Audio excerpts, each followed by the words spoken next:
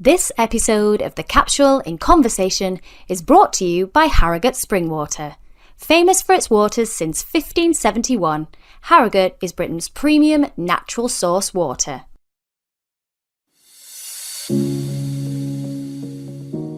Hello, you are listening to the Capsule in Conversation podcast. I'm Natalie Anderson, and as we mark World Menopause Day this week, I'm joined by Jules Castenskiold from Bloom UK and Diane Danzebrink, the founder of the makemenopausematter campaign, to talk menopause in the workplace and creating change for future generations. So make yourself comfortable and get ready to join us in our conversation. Hello all, I hope you're all well. It is lovely to have you with us. Now, this week marks World Menopause Day on Tuesday, the 18th of October.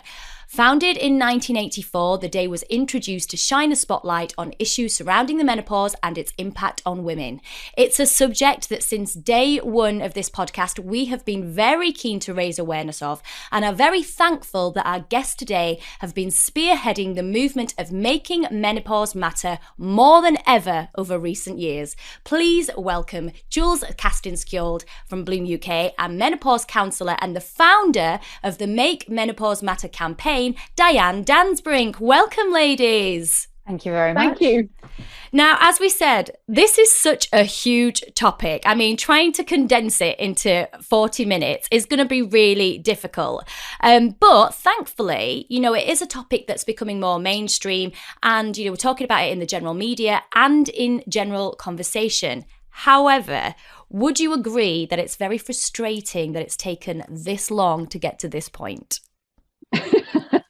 Oh, absolutely. It absolutely is frustrating. But as I always say, we need to look forward to what we can do to improve things for the future, rather than look back and say what we haven't done, because we need to focus our energies in the right direction. I mean, you're absolutely right.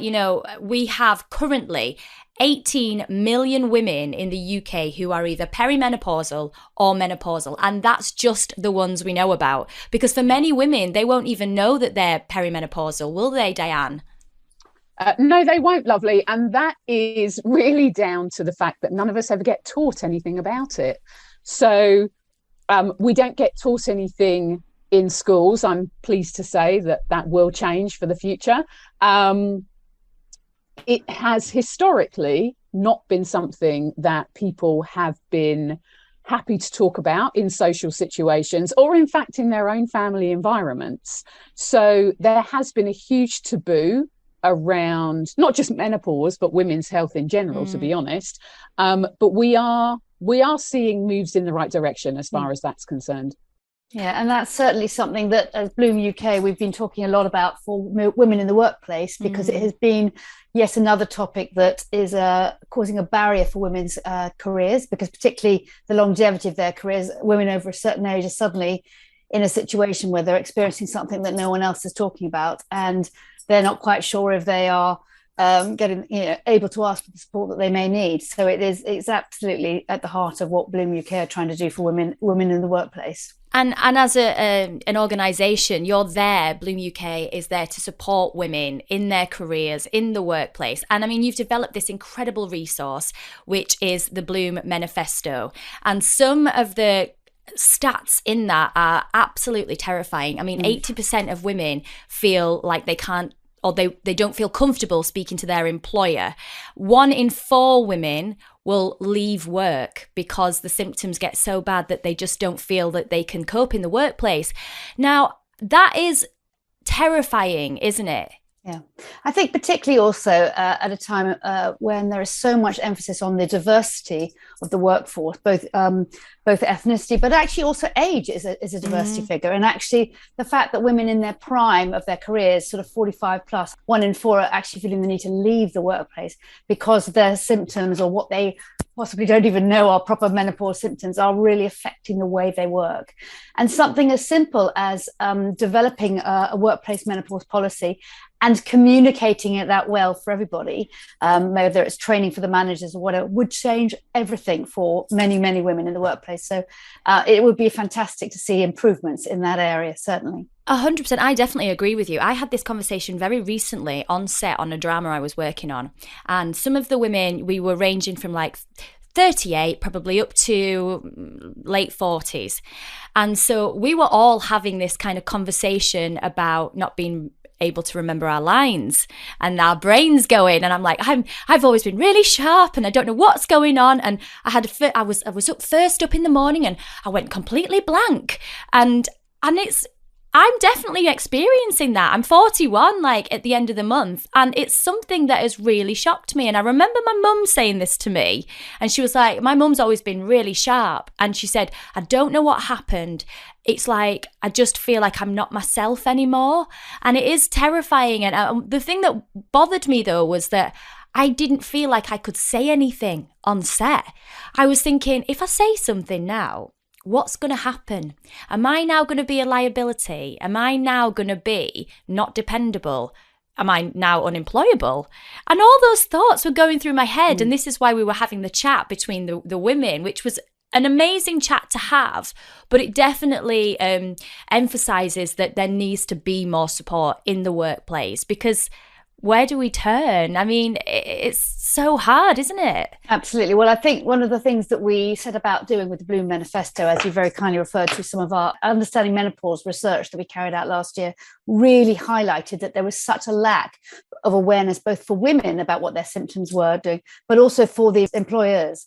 And I think, at the very basic, what we need to do is, through the manifesto and through other menopause activities, is increase that awareness of both the symptoms, but also that what simply employers can do to support people better. And also changing the narrative, because I think one of the things that we had enormous amount of understanding from was how much stigma is attached because people don't talk about it.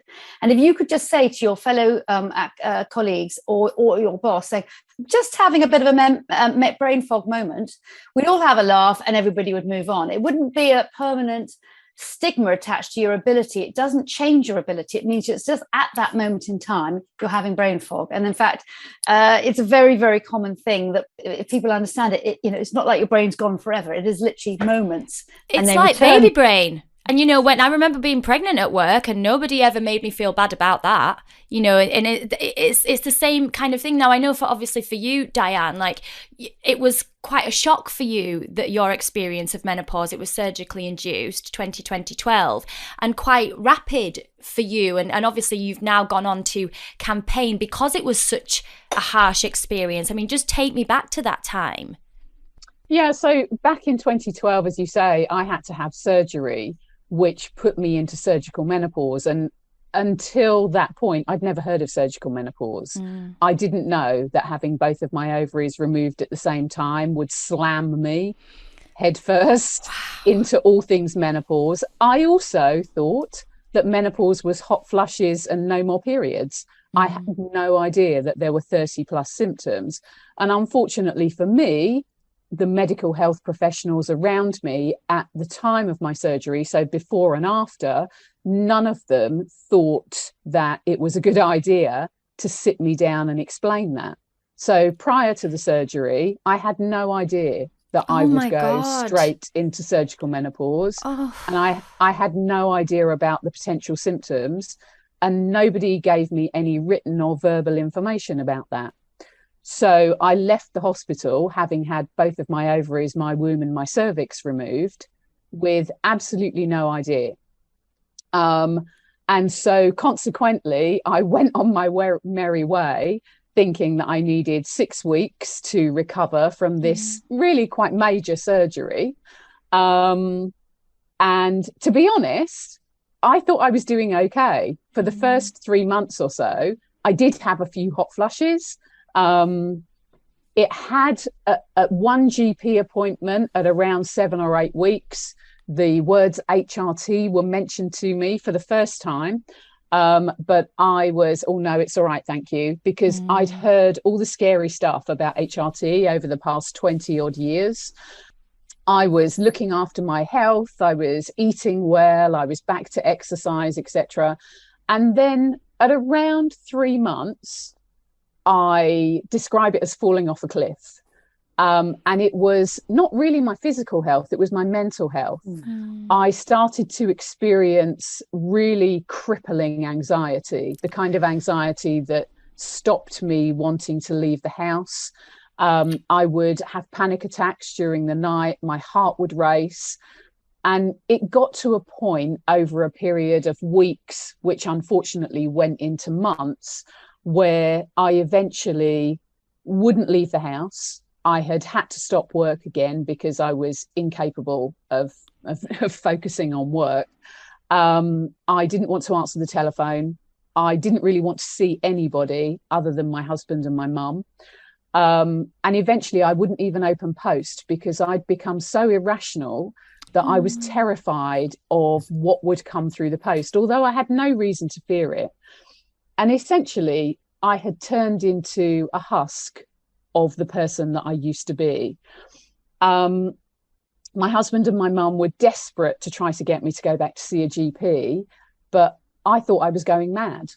So I thought that the only option for me would be admittance into a mental health unit, and that terrified me. So I refused to go and see a doctor. And it got to a point, it was probably, I don't know, 7 or 8 months after my surgery.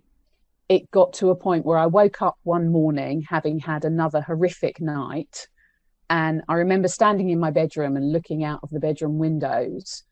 And the world just seemed as though it had become really scary and really dark. And that had been going on for weeks, but it just got to a point where it was overwhelming. And I remember thinking to myself, if this is my life, I can't do this. And it was later that day when I came incredibly close to taking my life. I mean, that is just so horrendous, in the fact that you were not even given any warning, nothing to prepare you, nothing to guide you and help you and put those foundations in place. And I expect your husband as well was probably thinking, what is going on? You know, the conversation was very different. It's a decade ago. And obviously I know that that's what galvanized you then to kind of go on the path of wanting to help others. But I've seen from some of the stats, again, in the manifesto and in other research about the suicide rates of women, 45 upwards, that are experiencing menopause. And it is terrifying, and it's really worrying that the support is only just starting to be kind of offered. And as you said, Diane, we do need to look forward, but it is essential that we do look back as well, just to see kind of the mistreatment really and where we need to make better changes. I mean, going forward, as you said, talked about then, what steps did you take to get better, and how did that manifest itself? So essentially, it wasn't really my choice. It was taken out of my hands on the day that I admitted to my husband that I'd come very close to taking my life. And, I was incredibly fortunate. If it wasn't for a little dog called Henry, I wouldn't still be here. So I was incredibly fortunate. But he, on the same day, he didn't tell me, but he contacted the GP practice and pretty much begged them to see me that day. And we went that evening. One of the doctors stayed behind to see me. And I was incredibly fortunate because it was a doctor who recognized the link between the loss of my ovaries and my mental health. And she explained to me what had been going on and why I was feeling like I was feeling. But she also explained that there was something that she could offer to help. But that thing was HRT. And it was at that point that I said to her, but that really scares me because I've heard this, this, and this. And, she was very good because she took the time to explain to me the issues around the research that had led to those headlines. But she also took the time to explain about modern body identical HRT, about the risks versus benefits, etc. And I wouldn't say she insisted, but she strongly advised that I should whack a patch on that day. And I was in no place to argue, and I felt very confident in what she was telling me. So I did start it.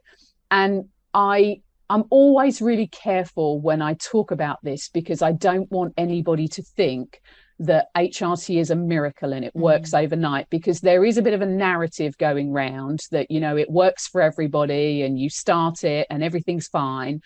That's not the reality. The reality is it often takes several months to get the right dose for the right individual. But I was in such a dark place that anything was better than where I was. And literally within a few days, it was as if that really dark world I was living in, it was like there was a chink of light. And I thought, okay, maybe there is some hope for me for the future. It is also that whole point is it's somebody actually recognizing that you actually had some real symptoms of something that no one had talked about called menopause. I mean, that's the classic, you know, information and knowledge can fully, you know, harness you into a new place, can't it? Absolutely. Yeah. And this is something that I'm really conscious of, and we're obviously making incredible headway with the menopause, and you know, the campaigns that you've been involved with are making so much change for future generations.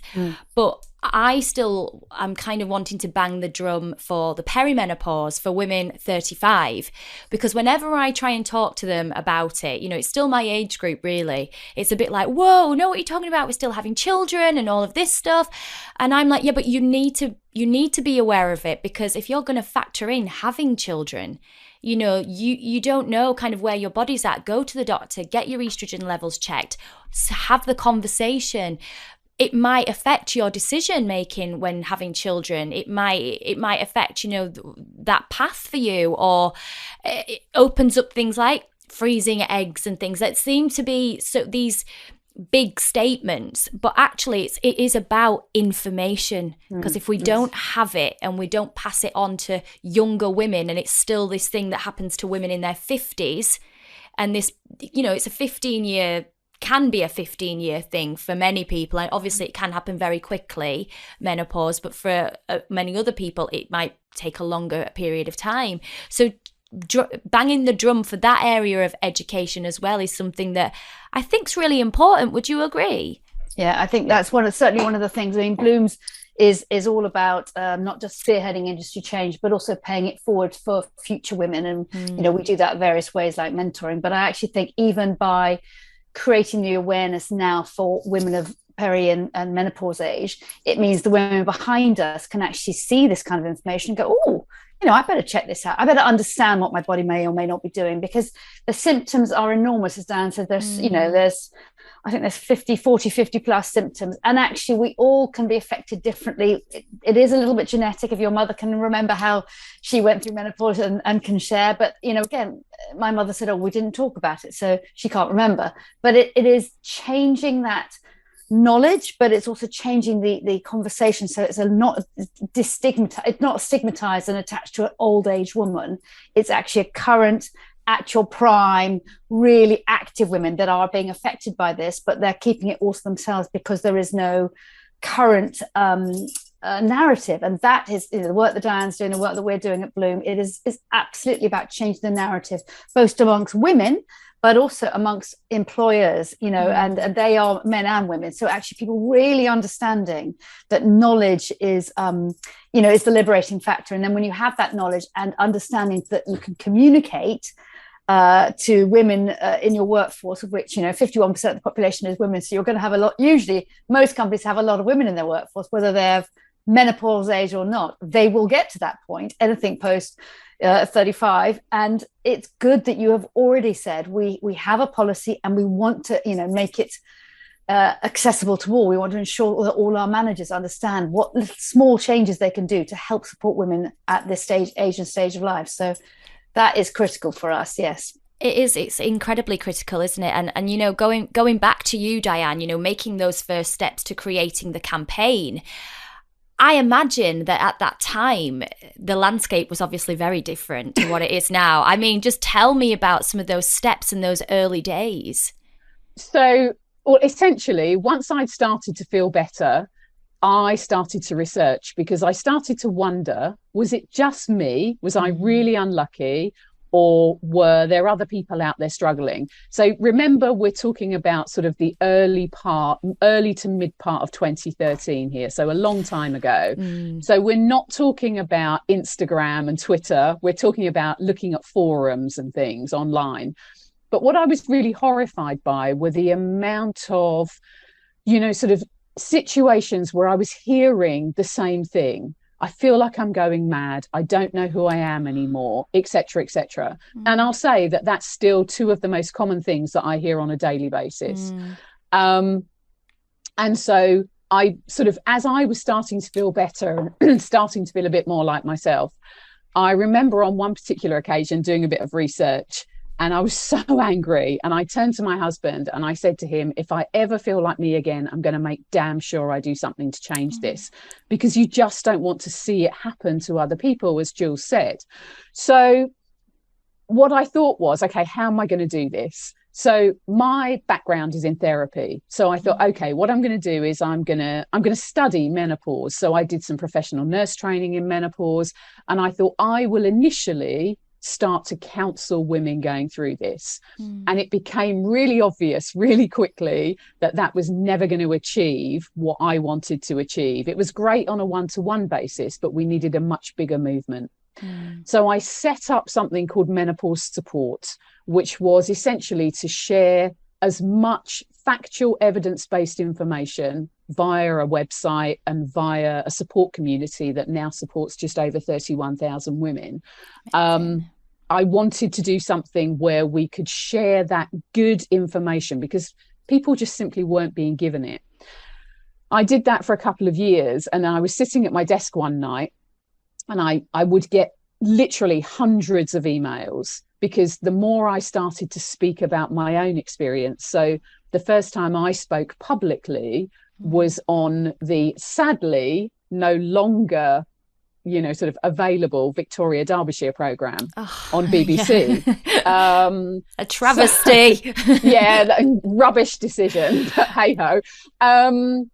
And that was the first time I spoke publicly, and it was on the day that the NICE menopause guidance was released in November 2015.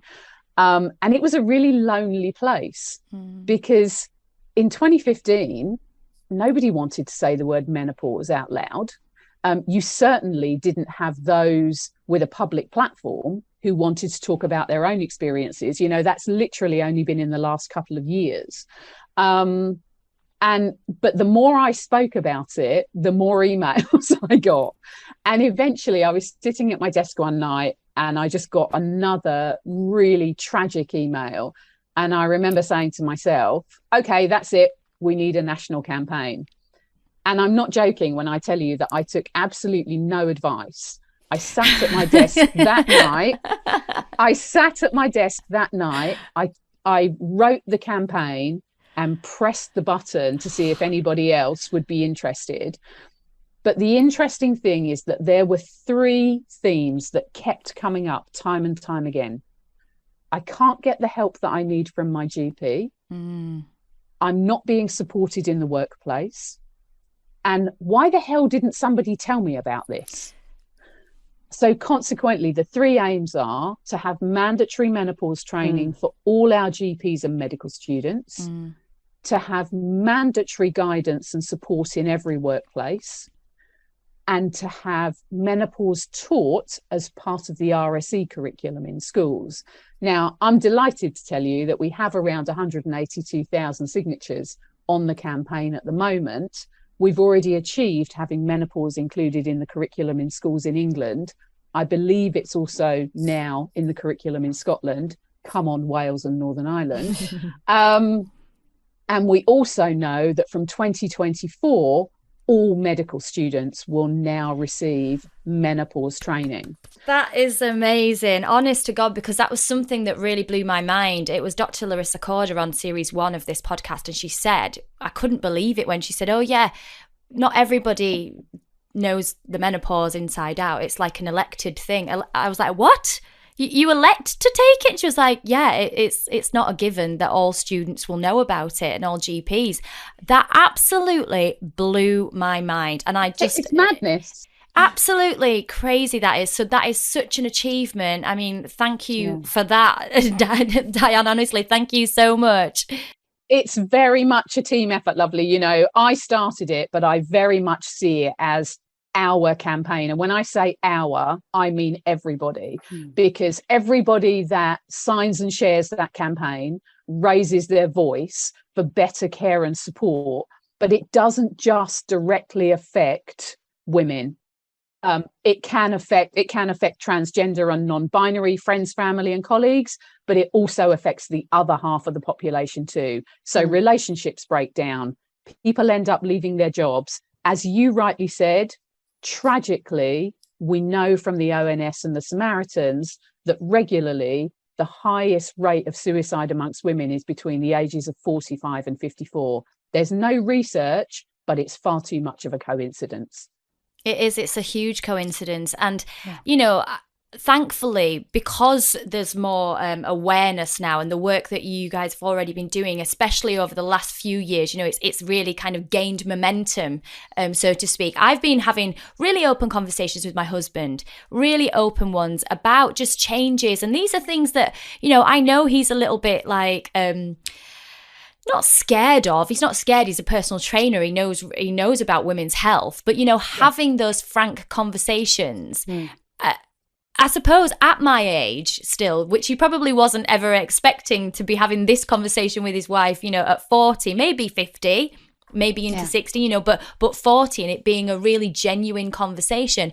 But because of that, I now feel so much more supported, and I feel like we're more connected, and we've got a great chance of having the long and happy life together that we'd always imagined. You know, if you look at many couples, as you said, that end up living almost totally separate lives, you know, partners feeling like they're not being interested anymore, or there's no attraction there, and it's really nothing to do with that. And it's desperately sad when you look back and you think, oh gosh, was menopause a factor? Was it that, you know, if we'd have had conversations, if we'd have been more open, would that relationship have survived? Who knows? But it's such an incredible thing that we are able to talk about it. But as you said, you know, that momentum really, I suppose, has been helped by big voices and big names lending themselves to the campaigns, like Alex Mahon, like Davina. You know, has that really helped to propel things for you? Yes, I think with any campaign, Diane's or even what we're doing for Bloom, is if you have momentum, if you have the sort of spread the word, if people are leaning in and adding their voice. And yes, there are some, you know, there's some. I'm pleased to say that, you know, within the communication industries, there's some big brands like Channel 4 with Alex Mahon and her amazing team there, and also things like Boots the Chemist. You know, they are changing the dial. And then there are smaller agencies that are, you know, like Dark Horses and Ogilvy, that are also changing the dial, but they are still tragically the minority, not the majority. And actually, I think what Bloom recognized when we launched the manifesto is it isn't just about having a policy, which I think, you know, a lot of companies have got a policy, but it's what you do with that policy. Are you communicating it to everyone? It's not just you know, tightly targeting a woman of a certain age, actually, because menopause and perimenopause can happen so subtly. And like you said, a lot of these symptoms are actually mental symptoms, you know, like lack of confidence, a little bit of brain fog, a little bit of doubting yourself when you've been absolutely at the top of your game, you know, and on the trajectory. Suddenly you're like, oh, can I do this anymore? And it is the menopause that is affecting that. And I think the more all organizations understand that the women in their workforce will be affected by this, you know, hopefully, statistically, you know, most people just have a few symptoms, but, you know, 1 in 4 are going to really suffer. And unless companies, you know, with the help of, you know, greater awareness, really support those women, they will lose some very talented, very capable women in their workforce. And that would be a tragedy for, you know, companies far and wide. And, you know, if you want to represent, particularly for us in the communication industry, if you want to represent all people with the work you do, you have to have those people in your workforce. So, you know, evermore, just the knowledge, the understanding, the destigmatization, everything we can do. And, you know, the work that Diane and her team are doing in kind of, you know, changing the policy at kind of medical level and education level is fantastic. It all makes a difference, so that we are not the generation that went blindly into something that, you know, near on destroys some of the women in our, you know, in our colleagues.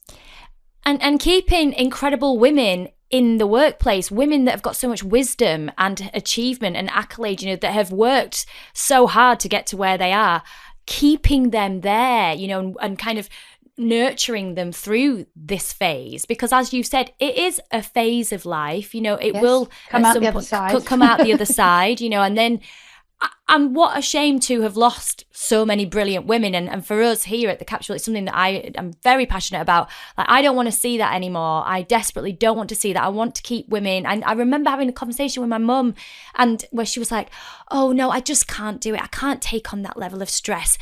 And I found it so frustrating. And one of the reasons that I've wanted to champion so much of this work is because I've always idolized my mum, and I've always been like, she's amazing, she's dynamic, she's driven, she's like superwoman. And then she hit a point where she suddenly became really vulnerable. And I found that very difficult as her daughter to accept.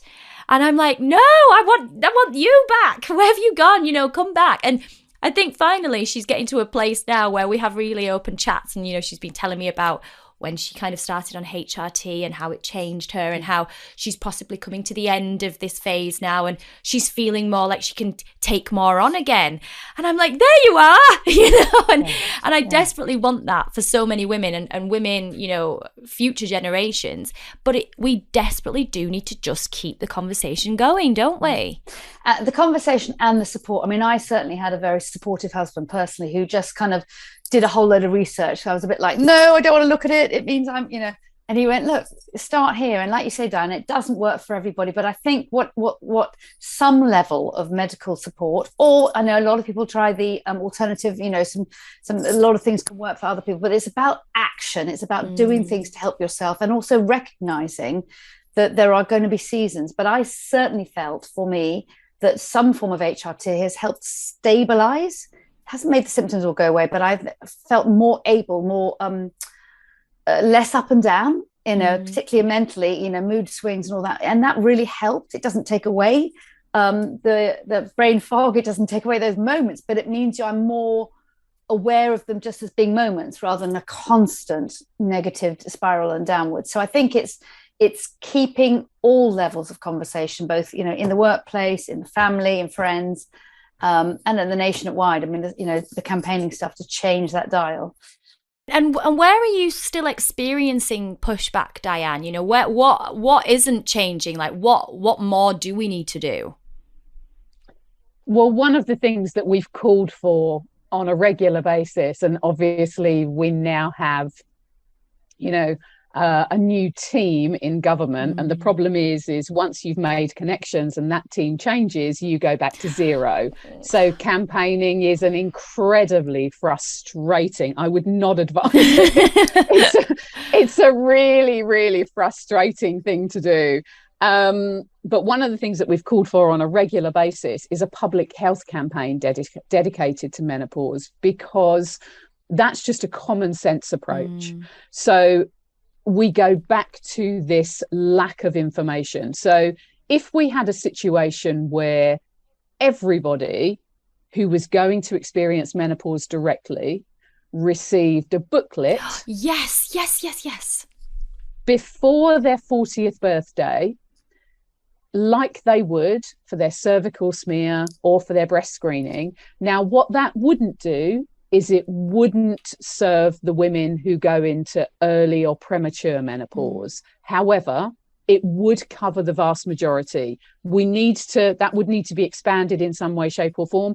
But, it could come with a letter that says, you might not want to read this now, but this is going to be useful for you going forward. So everybody would have that. I think we need to have a campaign where we have, like we've done in the past for not smoking or getting active, where we have TV ads, where we have things on trains, on buses, except, obviously on the internet now, but not everybody has access to the internet. So we have to remember that we need to be, sort of educating everybody. But this would help educate all of the population, not just those who go through it directly. We really need to have some movement on the education of all our current GPs, and I would include our practice nurses in that too. You know, when I did nurse training in menopause, I did it with practice nurses, and you know, some of those nurses had to fund that training for themselves. You know, we need to have a situation where our entire current GP cohort and the practice nurses are all offered a very simple, and it doesn't have to be tricky, a very simple video training. It could probably be around an hour to bring them all up to date and give them the confidence to be able to recognize and offer the appropriate treatments. I think the workplace is changing organically. So menopause is not currently a protected characteristic. However, I think what all the awareness has done is, for a lot of employers, it has made them aware that they have lost very talented members of their team in the past. And A, it's the right thing to support, but B, it's costly to lose valuable members of your team. Now, I would much prefer that employers looked at it from the point of view of doing the right thing. But I also know that there are going to be those that are looking at their bottom line. And if you're losing key members, experienced members of your team, that's not good business. So I think as far as policy is concerned, it can be useful. But I think that what we need to do is we need to work on, there's no point having policy as a tick box exercise. Agreed. It has to be culture. We have to be improving awareness. So one of the things that I do on a regular basis is I will give training or awareness training to businesses and organizations. And that's just to give everybody a better understanding. Then we can think about policy, but we need everybody to be invested in a supportive culture. And we need to expand that across not just the nation, but the world too. This is not, you know, sort of some kind of minor subject. We should all be looking at it. Yeah. I think as far as the school education is concerned, I'm sure that will come in all quarters of the UK. So we're definitely moving in the right direction. I think the frustration for campaigners like myself and anybody who's trying to raise awareness is, for us, the solutions are actually quite simple. It's really not that tricky, but getting the right stakeholders around the table to agree on those solutions is not the easiest thing in the world. I mean, you're so right. Like, I spoke to the team here at the capsule, and what you were saying about the booklet, honest to God, I have been going on about this booklet for the last 3 years. I mean, I was going, it needs to be 35, and I know women aren't going to want to read it, but they need to read it. Like, again, my kind of age group, and I'm in total agreement with you. If it can't be 35, then 40 on your 40th birthday. But this whole thing of even you might not want to read it. No, you need to read it, because it shouldn't be such a bad thing. It's going to be a thing that's going to help you. You're going to be able to, you know, eat better, exercise, whatever, all of those things. It should just come as standard. It shouldn't be a new, like a worrying thing. It should be, like you were saying about getting your smear test, it should come as standard. The body health MOT that my husband got on his 50th birthday, and I was like, oh, that's nice, you get to see what's wrong with you. But it should be a standard thing, and there shouldn't be any stigma attached to it. I'm really pleased to hear, obviously, that, you know, with the school education system, because I feel like we have really been failed, you know, as a species, like for women, because it is going to, as you said earlier, Jules, you know, it is going to happen. They will still experience the menopause. This has been the big drive behind the Blue Manifestos, that it is exactly that. It's happened to 51% of the population. It is particularly a barrier that is coming, I mean, along with gender pay gap and other things like this, about that is preventing women from fulfilling their longevity in their careers. And, you know, we've worked quite hard over the last few years. We produced a report a couple of years ago for returning to work, helping women who have children to have better returning to work policies and things. And actually menopause is like the last big the last big issue that employers and even women themselves have failed to recognize how significantly important they are to their own well-being and the well-being of other women within the workplace, because it is affecting much more of a broader range than people have ever been led to believe. And I think that's the point, that it is that it's actually been something that nobody's ever had the knowledge. But I think women rising up and going, well, this is not good enough anymore, like yourself, Natalie, with your friends. And I think the more women will go to the GP surgery or ask for in the workplace, what are you doing about my age group, then it will have to start changing. But we feel like the small steps are going very slowly, but we've had some incredible response to our Bloom Manifesto, and particularly as it's quite comprehensive. It's obviously not a medically written book, but it covers sort of what women may, what symptoms may women have, what other women are feeling. So you're in a kind of collaboration and understanding, and what companies, what organizations can do to actually address that stigma by both having a policy but actually communicating how important it is to all their staff that everybody understands about menopause. So all these things can make a real difference. And I hope we don't have to get to the point where we have to kind of name and shame companies that won't take policies on board. At the moment, it's very much people are getting menopause friendly awards and all that. And in fact, the Bloom have actually come up with you have an accreditation. Yeah, an accreditation award. And actually what is unique about ours is it's actually employee recommended. So a lot of the menopause friendly awards, of which there are some, are very much industry bodies or employers driven. This is about encouraging women in the workforce to say, please nominate the company that you think. If you feel that your company is doing a good by you, then please support, please nominate them. And actually, this is the first way we've actually begun to get giving companies a watermark, saying, yes, you've been approved by your employees of actually doing right by them.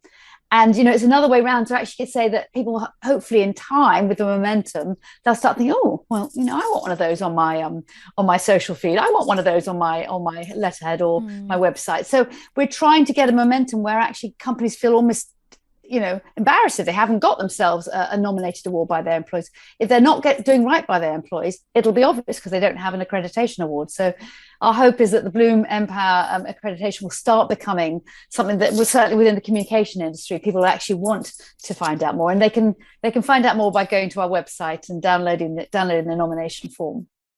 I mean, the actual manifesto itself is amazing as a resource. It's so helpful. Like when I was going through it, I was just like, wow, this is brilliant. And, every workplace should definitely have a copy of it. It's so fantastic. But as you said, Diane, it's a culture thing. It's culture. So I did a bit of an experiment the other day, and I was very kindly invited to the Boots No. 7 Menopause monologues. And I put a picture on my Instagram. And it was a picture of me in a dress, because that's where I normally get quite a lot of engagement, of people commenting on your clothes. And I actually put in the post, this is where I was and this is why I was there, to try and get that conversation going, kind of off the back of the dress, obviously, and the outfit, but where we were, to try and just chat about perimenopause and this is going to happen. And literally only 1 or 2 comments came back. And I was a bit like, a bit disappointed. But I thought, no, I'll keep going with it and I'll keep trying to bang the drum. And, I do have a lot of men that follow me on my feed. And I did put at the bottom, guys, it's really important that you read this too. Because as you say, it's a culture shift. We've got to be able to get people talking about it really quite normally. So it's, and also, if you are in the public eye even, and I know there's obviously been a lot more support more recently from younger women like, Cherry Healey, and obviously we've seen Lisa Snowdon do amazing things, Davina, obviously, who's just been incredible. But we definitely need of that younger bracket as well to be dropping it into conversation, talking about it so that it becomes normalized. In a way that I suppose mental health issues were such a challenge, 10, 15, 20 years ago. And whereas now, many of us feel much more at ease talking about that, quite frankly. I think we need to be pushing in that direction, don't we? 100% lovely. I think menopause is, we are with menopause where we perhaps were with mental health 10 years ago. And I think it's really important what you're saying about, those younger women, because as I mentioned before, premature and early menopause. 1 in 100 under the age of 40 will experience premature menopause, 1 in 1,000 under 30, and 1 in 10,000 under 20. That's still enough, isn't it? 1 in 100 under 40, that's not rare. Yeah. That could be somebody that that you work with in your family, etc., etc. And too often we see those individuals experience that with no idea of what they're experiencing. And I think the other thing about this general education piece is that, if you're learning about it at school, it could be happening to your mum. Yes. Or to your teacher, but you take that education with you through your life, into your personal relationships, into your friendships, into your relationships with your colleagues.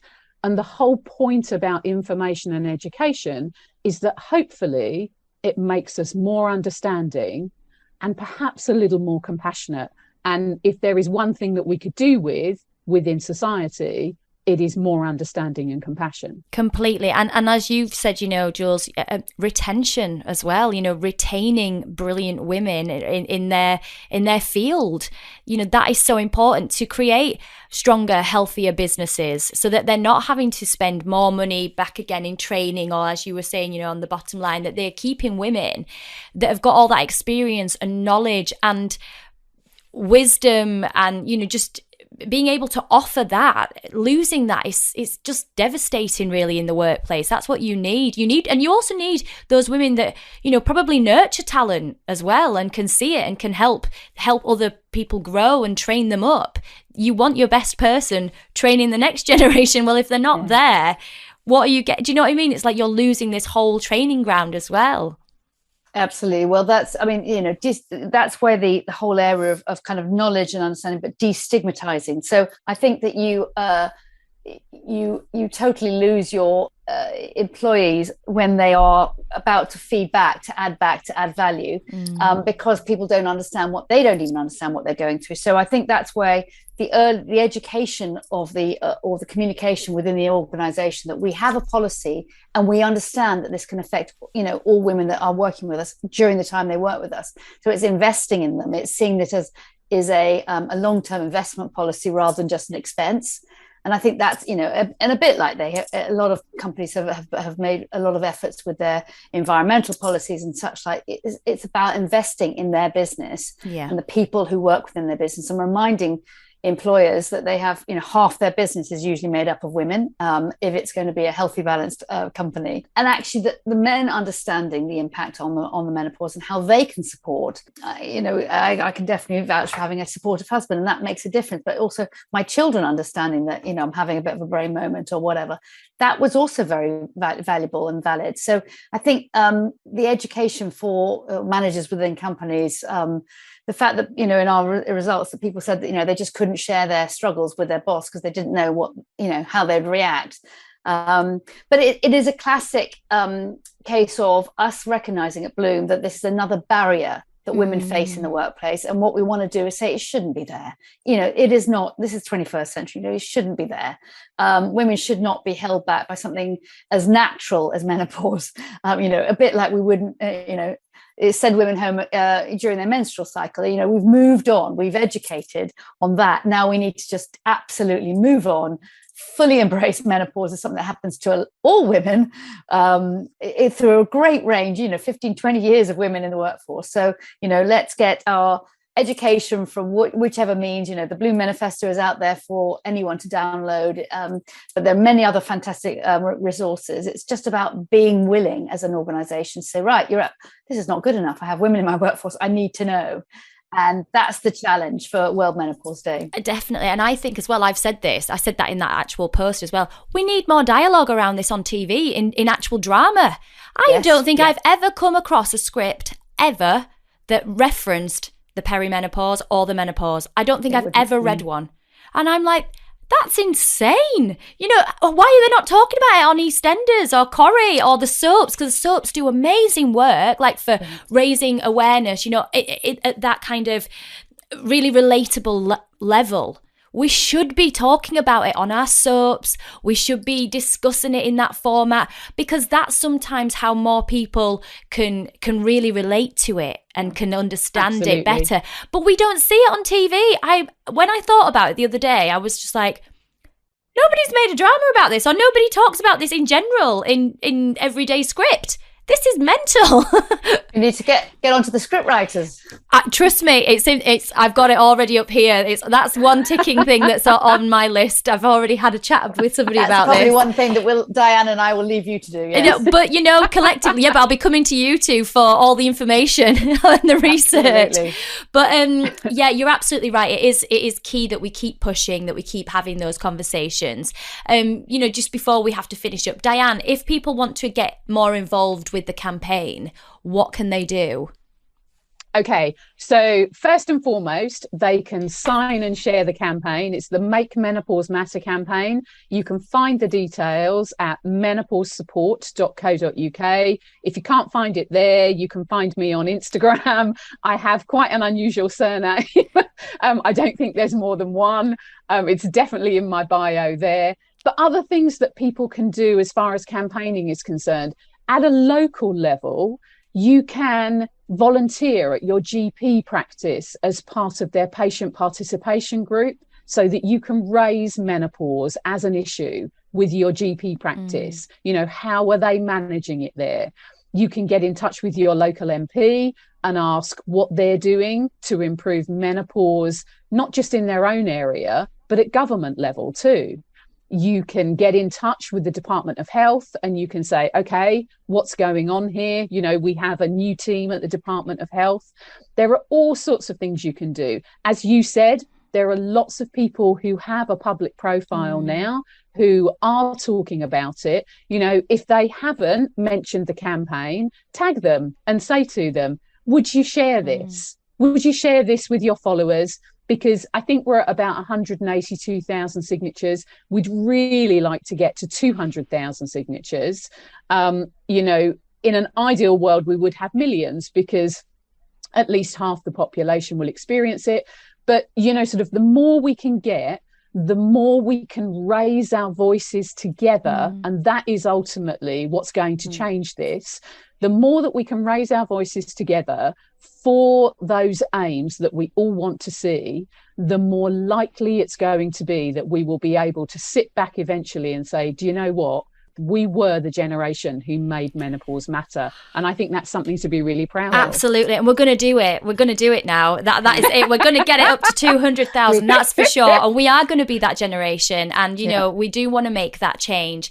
And, if anyone wants the Bloom UK manifesto as well, I know that you can go to the website. I've got all the details. So bloomnetwork.uk, and then you go to our initiatives and you'll see the Bloom manifesto, I think down to down. We've done a few initiatives since then, but yes, the Bloom manifesto is downloadable. You get all the background information, all the survey results, all the policy suggestions, and also the recommendations of how you can just change the narrative, get the awareness and understanding within your company, and just create some action plans. I mean, it's women supporting women, it's men supporting women to have a fairer, more equal and more diverse workforce. But what I love, I just say this, is about this menopause movement. It is all these organizations, what Diane's doing, what so many others are doing. There's no fear. Everybody is so welcome to. We're kind of building a momentum. We're not like, but I haven't started, that's why I'm not going to get involved. There's so much sense, isn't there, Diane? And we're so grateful, Natalie, for your voice as well. That is a movement where women are just, yes, let's join in, let's tag, let's share, let's add, let's like, and I think that is really beginning to have traction. So World Menopause Day 2022, we'll look back and say, this is the beginning of the end. This is the moment, yes. Of menopause being a taboo subject. 100%. Yeah, we're going to do it. We're going to share away. We're going to all get involved. You guys at home, I'm going to give you lots of details in just a second. But ladies, thank you so much. What a chat. Welcome. Thank you so much for being with me and for helping us raise awareness on this very special week and very special day. I do appreciate you being with me.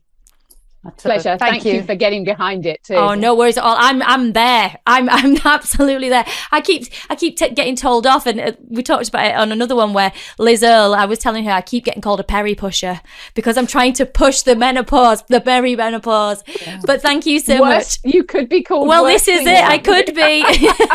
Now, thank you so much for listening at home. And if you'd like to keep up with Diane and find out more about the Make Menopause Matter campaign, then you can find her on Instagram at Diane Danzebrink. You can also get involved with Bloom UK at bloom_org or head to their website at www.bloomnetwork.uk for more helpful resources and support. And for more wellbeing, fashion and beauty, as always, you can visit us at our website www.thecapsule.co.uk, where you can also catch up with our previous podcast episodes by subscribing to the In Conversation page or visiting any of our podcast channels and YouTube. Please do feel free to leave your rates and reviews, and especially your comments about this episode. I would love to hear from you. We all would. Let's get that conversation going. I will be back next week with another very special guest, but all that's left for us to say today is goodbye. So it's goodbye, ladies. Goodbye, Natalie. Thank you. Goodbye. And goodbye from me.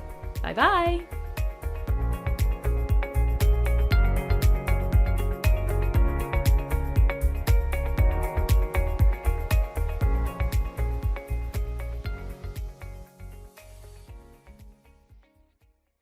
This episode of The Capsule in Conversation was brought to you by Harrogate Spring Water. Bottled at source, Harrogate Spring offers a pure, refreshing taste with a delicate blend of naturally occurring minerals and electrolytes, perfect for healthy hydration.